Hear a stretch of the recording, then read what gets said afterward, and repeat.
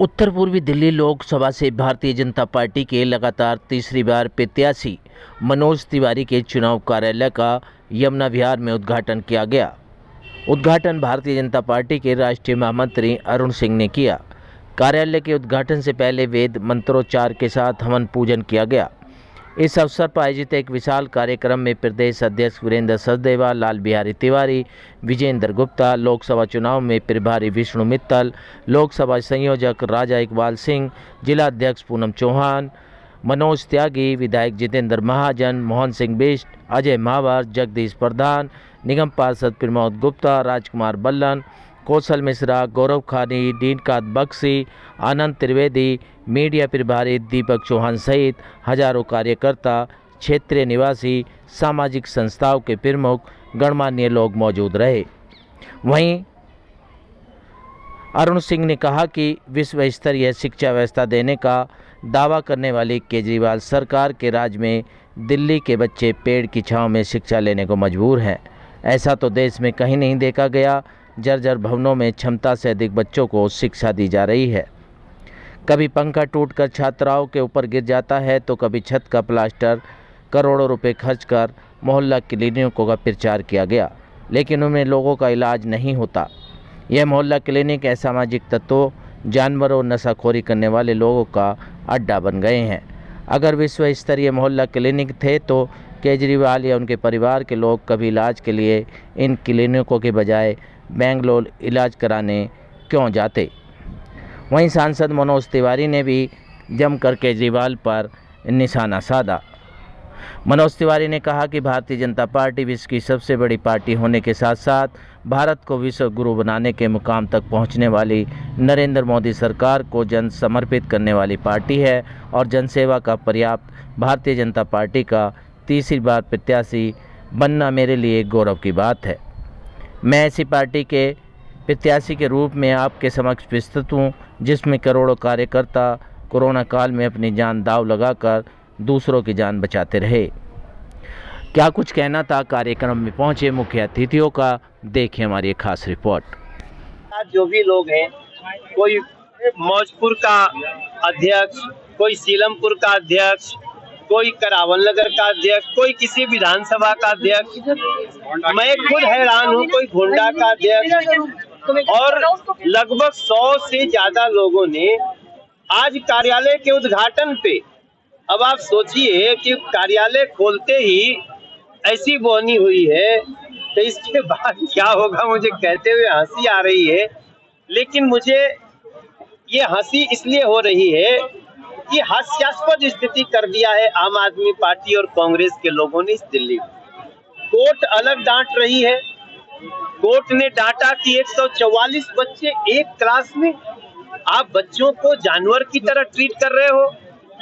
और उनके कार्यकर्ता कह रहे हैं कि अरविंद केजरीवाल तू हो गया भ्रष्टाचारी और पार्टी छोड़ना अब हमारी है लाचारी, और भारतीय जनता पार्टी को देंगे जिम्मेदारी, क्योंकि भारतीय जनता पार्टी के नेतृत्व में, नरेंद्र मोदी जी के नेतृत्व में ये देश चले, इसी में वो समझ रहे हैं कि देश की मजबूती। क्या मोदी जी का जलवा है या केजरीवाल का जो ग्राफ है वो अब गिर रहा है?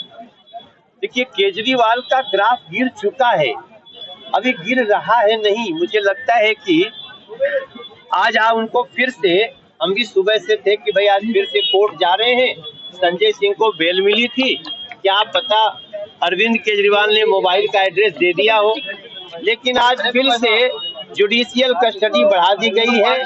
तो कस्टडी देना और बेल देना ये है कोर्ट का काम। कोर्ट अपना काम कर रही है। हम भारतीय जनता पार्टी के लोग, हम लोग अपराध के खिलाफ, आतंकवाद के खिलाफ और भ्रष्टाचार के खिलाफ जीरो टॉलरेंस के साथ आगे चल रहे हैं। और यही देखिए, जैसे आम आदमी पार्टी का को छोड़ के लोग जा रहे हैं, वैसे ही कांग्रेस के भी अभी प्रदेश उपाध्यक्ष विनोद चौधरी हमारे अभी मंच पे भाजपा ज्वाइन किए हैं। तो ये स्पष्ट संकेत है कि इस देश के दुश्मनों, भ्रष्टाचारियों, तुम लाख कहते रहो कि भ्रष्टाचारी को लाइए, आपके पार्टी के लोग भी पार्टी छोड़ के कहते हैं कि नरेंद्र मोदी जी भ्रष्टाचार हटाइए। आपके खिलाफ कोई कैंडिडेट नहीं मिल रहा। केजरीवाल जी कह रहे हैं कि दिल्ली में जो सरकार है वो जेल से ही चलाएंगे, क्या ये संभव है? जेल से सरकार जेल से सरकार चलती तो लालू जी भी चलाए होते, हेमंत सोरेन भी चलाए होते। अरे भाई, बाबा साहब भीमराव अम्बेडकर जी ने संविधान लिखा है तो उसका अर्थ समझना पड़ेगा। ये एक जिद है और वो ये जिद के पीछे भी उनका आम आदमी पार्टी का अंदरूनी सत्ता संघर्ष है। तो एक प्रकार से आम आदमी पार्टी के मुखिया अरविंद केजरीवाल ने ये ठान लिया है कि ना तो हम चलेंगे और ना तो दिल्ली को चलने देंगे।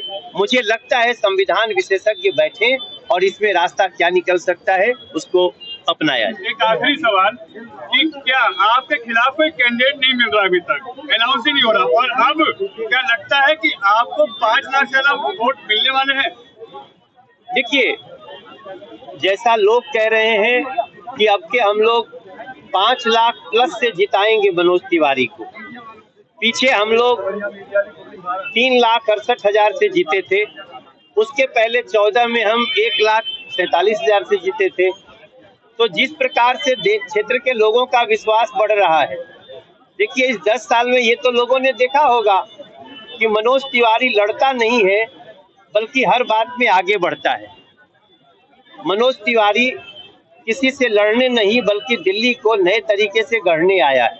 अपनी लोकसभा में मेट्रो आई पहली बार, मेट्रो ट्रिपल डेकर आई। इस लोकसभा में नारा लग रहा है कि तीसरी बारी मनोज तिवारी, और सब लोगों ने संकल्प लिया है कि पहली बार तो 2014 में मनोज तिवारी जी उत्तर पूर्वी से चुनाव लड़े थे तो 1.5 लाख से अधिक मतों से जीते थे।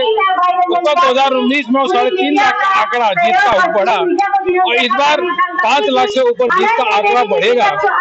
और कांग्रेस हो या आम आदमी पार्टी हो, इस समझौते के बाद भी इनको कैंडिडेट नहीं मिल रहा है। जिस पार्टी को कैंडिडेट चुनाव लड़ने के लिए नहीं मिल रहा है, जो तैयार नहीं हो रहा, तो उसका तो जमानत जब्त होना तय है, क्योंकि दोनों पार्टियां, कांग्रेस और आम आदमी पार्टी, दोनों नकारात्मक राजनीति कर रही हैं और दोनों पार्टियां एक तरीके से लुटेरी पार्टियां हैं, इनका गठबंधन हुआ है।